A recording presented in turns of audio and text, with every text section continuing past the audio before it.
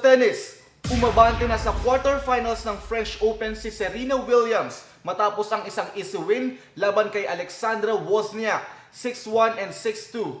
Dito nag-extend pa muli ang Grand Slam winning streak ng 18 matches ang number 2 seeded na si Williams. Samantala, pinadapa naman ni Roger Federer si 63rd ranked Tommy Haas ng Germany in 5 sets scoring 6-7, 5-7, 6-4, 6-0 and 6-2. At umangat na sa quarterfinals ng Roland Garros. Sa golf, pumayag na si President Barack Obama na maging chairman sa gaganaping President's Cup sa October 8 to 11 sa Harding Park, San Francisco. Ito na ang ika-6 na pagkakataong maging active ang Pangulo ng State sa biennial golf competition. Sa boxing, desperado pa din pinagpipilitan ni Floyd Mayweather Jr. ang bigger purse na pabor sa kanya kung sakali mapagkasunduan ng bout laban kay Manny Pacquiao.